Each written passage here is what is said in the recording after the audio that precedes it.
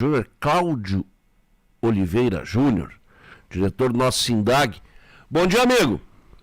Como vai, Alex? Tudo bem? Tudo bem por aqui, graças a Deus. Satisfação grande falar contigo, tô com saudade aí da turma aí. Meio ano já sem a gente estar junto, né? Mas em seguida estamos juntos de novo, né, Júnior? Exatamente, lá em julho nós vamos estar no Congresso da Aviação Agrícola, que vai ser de novo em Sertãozinho, né, Alex? Já conhecido por todos nós aí. Sempre um prazer estar junto. Nós estamos em casa lá no interior de São Paulo, Ribeirão Preto, Sertãozinho, Ourinhos, hein? Você falou tudo. A gente está em casa, a gente sente parte daquela região, né? Porque já realizamos 2 congressos lá. É verdade. Ô, Júnior, tu fizeste agora há pouco tempo e apresentou esse estudo aí pelo IBRAVAG, né? Dos fatores inflacionários da aviação agrícola. Poderia descrever como é que foi feito isso aí, em que bases foram usadas para fazer esse estudo? E esse índice inflacionário, ele é maior do que a gente tem tido de inflação na média dos produtos que consumimos? Como é que é? Alex, basicamente o índice de inflação na aviação agrícola ele tem uma composição na sua cesta de 3 fatores, 3 variáveis importantes. 40% do peso desse índice ele vem do câmbio, e aí vem o dólar, porque o dólar ele afeta diretamente a compra de aeronaves e peças, né? E é importante salientar, Alex, que esse IAVAG ele nasceu de um problema muito grave que nós tivemos entre 2019 e 2021. Só para termos ideia, a moeda americana em janeiro de 19 estava 3,87. Em agosto de 2021 ela foi para 5,38, ela teve uma alta de 40%. Então você imagina um empresário que comprou sua aeronave Air Tractor americana, aí, que vai de 6 a 10 milhões de reais, tinha uma parcela de 300 mil reais. Essa parcela, em 1 ano e meio, passou para 417 mil reais. Esse aumento trouxe uma instabilidade grande na empresa, né? Meu Deus, baixa. Porque teve inflação aqui, teve inflação lá também, né? Bem falado. Você é craque. 40% do IAVAG, do câmbio, ele tem a relação dólar e inflação americana. Porque a inflação americana inflaciona as peças também que são compradas das aeronaves, além obviamente, dos insumos, né, que a produção passa de problema, também com esse aumento inflacionário. Na aviação agrícola nós temos a compra de peças, e ela inflaciona muito, né? A inflação americana chegou a 6,5% no ano passado. Eles estão passando por um momento muito conturbado nos Estados Unidos, e isso acaba afetando o Brasil. O segundo ponto é o combustível, né? O combustível tem um peso de 20%, e aí ele traz a relação de 2 peças importantes. Primeiro, o etanol, e aí o etanol, nós podemos falar que ele atinge 2 aspectos na aviação agrícola. 35% das aeronaves no Brasil são movidas a etanol. É a aeronave Ipanema da Embraer, né? Nós temos 35% da frota movida a etanol. E, ao mesmo tempo, a aviação agrícola presta serviço para cana-de-açúcar. Só em São Paulo, 300 milhões de toneladas. Então, o etanol ele influencia em todos os aspectos na aviação agrícola. E aí tem o petróleo, obviamente, que é mais específico, o heat oil. Nós temos aí o petróleo Brent, que é muito conhecido para os economistas do mundo inteiro, mas na aviação agrícola o heat oil. Então, o combustível é 20%, o câmbio 40%, e para fechar essa conta, nós temos o INPC, que é o Índice de Preços ao Consumidor, com peso de 40%, ele traz aí as famílias de 1 a 4 salários mínimos. Por que não pegamos o INPC, no caso, que é de 1 a 40? Porque o INPC ele afeta diretamente a questão salarial dos funcionários. A negociação coletiva que é realizada entre o SINDAG e o SNA, por exemplo, que é o Sindicato Nacional dos Aeronautas, o SNA é o mesmo sindicato que tem associados da aviação da Gol, da TAM e também do agrícola, né? É utilizado como base o INPC, então ele é o índice, digamos assim, que na nossa visão é o mais adequado para estar dentro dessa cesta do IAVAG. Mas obviamente tivemos uma alta, né, Alex, do IAVAG, aí, uma alta muito forte. Ela foi sim mais alta que INPC, que IPCA. Ano passado chegou a 13,8 de impacto, mas aí Nós podemos falar de cada item, obviamente, mas foi um impacto muito grande para o setor, difícil repasse. Ou seja, quando meu amigo Kiko da KL Aviação Agrícola majorar os preços aí, o pessoal agora compreende o porquê que ele tem que cobrar um pouquinho mais, porque senão ele vai perder. O empresário que... Nós temos duas classes, né? Que pode ser numa só, mas nós temos o avião importado, que eu acredito que seja... É a maioria da frota ou não, o Júnior? Não, é o brasileiro, não é a né? maioria. Tá, nós temos então o avião brasileiro e o avião americano. Para quem pesou mais a inflação? Para quem tem o avião brasileiro ou americano? Essa pergunta é muito boa. Na verdade, muitas peças do avião brasileiro vêm de lá, vêm de fora. Uhum. E o próprio preço da Embraer, no caso, é baseado também no dólar.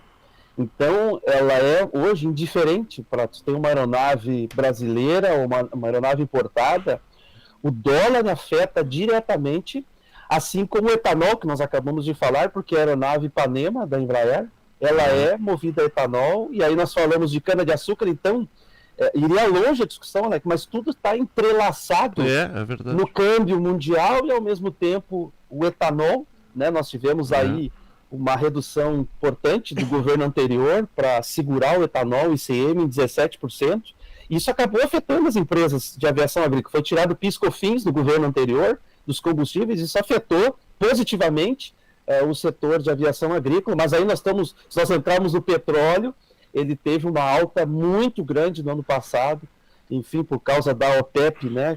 Aí nós falamos tem os colegas economistas que trazem esse cartel construído do petróleo mundial, que é definido pela oferta e demanda, que afetou diretamente o setor. Então, eu diria hoje que não importa se você tem uma aeronave importada ou brasileira, tem que ficar de olho nessa inflação aí, que ela não para, né? O dólar, por exemplo, ele não para. O meu amigo Júnior, nós começamos aí um novo capítulo do poder, né? Novamente aí, o Partido dos Trabalhadores de volta a Brasília. Eu posso chutar sem medo de errar que 99,5% dos empresários do setor da aviação agrícola apostaram e apoiaram Jair Bolsonaro. Muitos, inclusive, com os quais eu falei naquele trajeto que eu fiz a São Paulo via terrestre, falaram, olha, vamos abandonar a atividade, não tem como e tal. Claro que a gente sabia que era carregado um certo exagero aquilo ali. Mas há uma tensão muito grande, a gente sabe disso aí, há uma preocupação com algum revés, com alguma atitude, e até uma atitude reativa do governo em relação a essa postura. Como é que tu vê isso aí, como é que tu enxerga nesse momento essa relação do setor com o governo federal? Alex, primeiro que houve no ano passado uma pesquisa ali em dezembro mostrando o índice de confiança do consumidor no governo federal. E ele mostrou uma alta positiva, tá? Mas a CNI, por exemplo, que apresentou uma pesquisa a respeito da confiança do empresário no governo, ela baixou o índice de confiança para 4,8, que é a medida que eles utilizam. Então, o empresário ele não tem muita confiança no governo. Já o consumidor apresentou uma certa confiança. O que preocupa hoje, Alex? 3 pontos importantes em relação ao governo. E por que preocupa o empresário? Primeiro, é manter essa estabilidade política e econômica. Eu vou citar um exemplo de uma medida provisória do governo federal que preocupa. Uma das primeiras medidas, no dia 13 de janeiro, ele passou o COAF, que é uma autoridade central do sistema de prevenção e combate à lavagem de dinheiro, passou do Banco Central, que é um órgão completamente independente, para o Ministério da Fazenda. Hoje, quem comanda o COAF, nós estamos falando aqui do sistema de prevenção de combate à lavagem de dinheiro, passou para o Ministério da Fazenda com Fernando Haddad. Esse tipo de ação e de atitude traz estabilidade econômica para o país. Então, até que ponto nós vamos ter estabilidade e independência dos órgãos, principalmente do Banco Central, que define a taxa de juros do país? O Banco Central, por exemplo, ele trabalha com equilíbrio com o governo. Por exemplo, se o governo começa a gastar muito dinheiro, o Banco Central aumenta a taxa de juros para segurar um pouquinho. Quer dizer, é o nosso ponto de equilíbrio para gasto público muitas vezes. Então, até que ponto nós teremos essa independência e manutenção dessa estabilidade? O segundo ponto que eu acho que é importante considerar é qual é a capacidade que o governo tem de antecipar mudanças econômicas. Eu vou citar o exemplo do ano passado, do governo anterior, e aqui eu nem vou falar de política. Em março do ano passado, houve um dos maiores aumentos de inflação no país. O que o governo fez naquele momento? Primeira coisa, tirou PIS/COFINS do combustível, porque o problema da inflação estava ligado aos combustíveis. Segundo ponto que ele fez é travar o ICMS dos estados em 17% dos combustíveis. Nós sentimos isso na boca lá dos postos de gasolina. Isso causou uma deflação muito grande até julho, ali nós sentimos isso, até o final do ano, isso causou uma deflação. Isso foi positivo para o país, ao tempo que nós tínhamos um problema de petróleo mundial, porque os estoques do mundo, eles aumentaram muito quando a demanda caiu na Covid-19. O que a OPEP fez, que domina essa parte dos combustíveis? Ela reduziu a produção de petróleo no mundo, e isso fez aumentar os preços do petróleo, e no meio dessa história nós tivemos a guerra, a invasão da Rússia na Ucrânia, que aumentou ainda mais o preço do petróleo, chegou a quase $140 o barril de petróleo, foi o maior da história. Isso causou um problema no mundo inteiro, só que a capacidade de antecipação trouxe o terceiro ponto que eu vou citar aqui: qual é a capacidade que esse governo vai ter de reagir rapidamente, como houve no governo passado. Quando o governo tomou essa ação, foi uma intervenção rápida, ele segurou a inflação do país inteiro. Então, qual é a capacidade que esse governo atual tem, primeiro, de manter a estabilidade política, manter a independência dos órgãos como o Banco Central, a capacidade de antecipação de mudanças econômicas que nós vamos ter pela frente, e qual é a capacidade de reagir rapidamente para intervir isso e travar esse problema econômico no país. O medo pessoal é o seguinte, né, Júnior? Eu sei fazer muito, eu acho que eu sei fazer bem, ou pelo menos tento fazer isso que eu estou fazendo aqui, que é me comunicar, que é entrevistar. Agora, se me botarem no cockpit de um avião, provavelmente esse avião vai cair. Queira ou não queira, goste ou não goste dele, nós tínhamos um economista muito qualificado, que era o Paulo Guedes, né, com as suas loucuras ou não, mas era um cara qualificado. O problema é que a gente não tem agora um ministro da economia, é um professor. Nada contra os professores, vida longa aos professores. Só que é cada um na sua. A indicação foi política, amigo.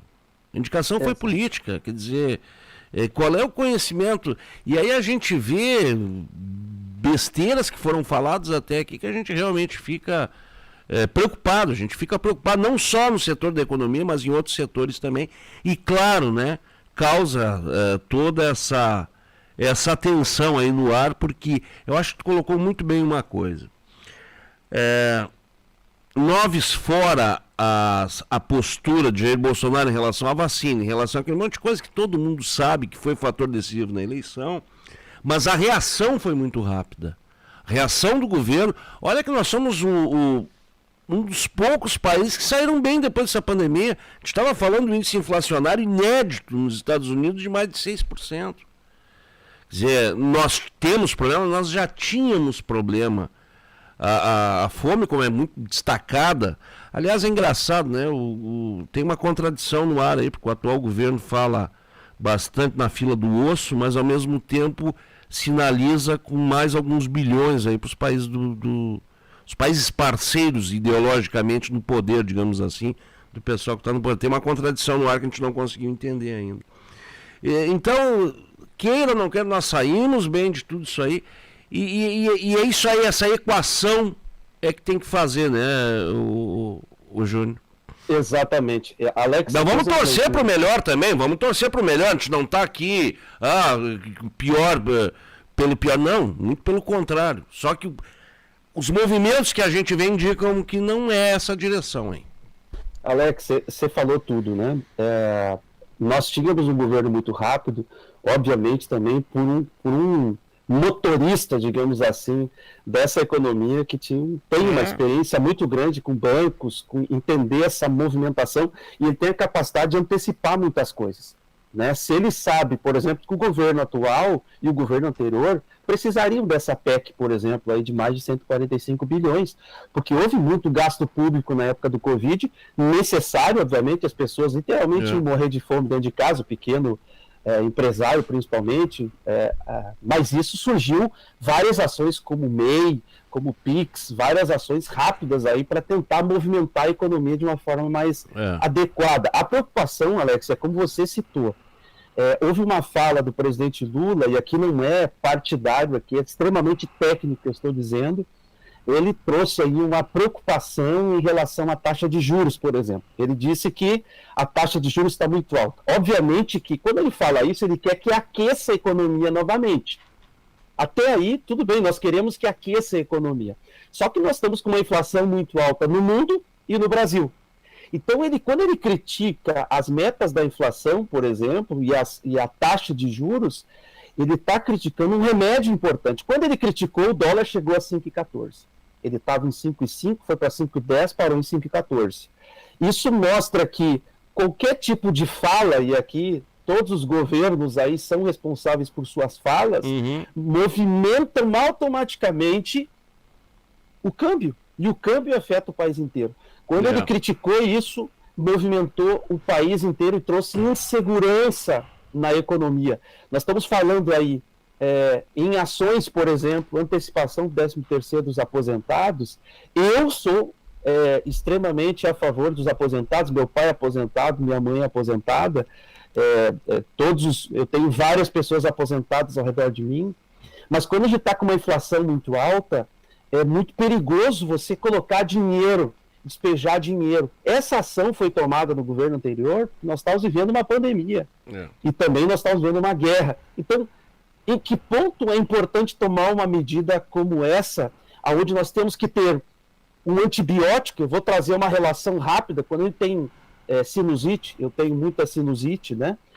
O médico diz, você tem que tomar um antibiótico. Esse antibiótico, ele demora para fazer uma ação em mim. Eu posso ficar tomando só um remédio para dor de cabeça durante o período, mas se eu não tomar antibiótico, eu vou ter essa sinusite por mais tempo. Quando nós temos uma inflação alta, o Banco Central precisa apresentar uma taxa de juros elevada em alguns momentos. Puxa, mas não vai dar acesso ao crédito às pessoas, não vai aquecer a economia, vai retrair. Mas nesse momento não é o momento de tomar uma economia macroeconômica expansionista. Puxa, eu quero que a produção aumente, ela vai aumentar, mas isso é gradativo. Eu não posso despejar dinheiro aí em Bolsa Família no momento que a gente está com uma inflação muito alta. Então, essa minha preocupação que você trouxe, ela é a preocupação de todos, e os empresários que têm esse conhecimento de economia, eles obviamente não têm a confiança tão elevada no governo, por essa falta de conhecimento, muitas vezes, e por frases ditas que causam e de clareza, clareza. A grande briga hoje é do presidente com o presidente da República e o presidente do Banco Central, quer dizer, uma briga velada e agora estourou mesmo. Júnior, o nosso tempo estourou, quero te agradecer, amigo, e te dar parabéns aí por esse estudo, e que venham outros aí, isso aí traz muita luz, sem dúvida nenhuma, as operações cotidianas que marcam a vida do empresário. Um grande abraço e nos vemos em breve, amigo. Obrigado, Alex. Um grande abraço a todos aí.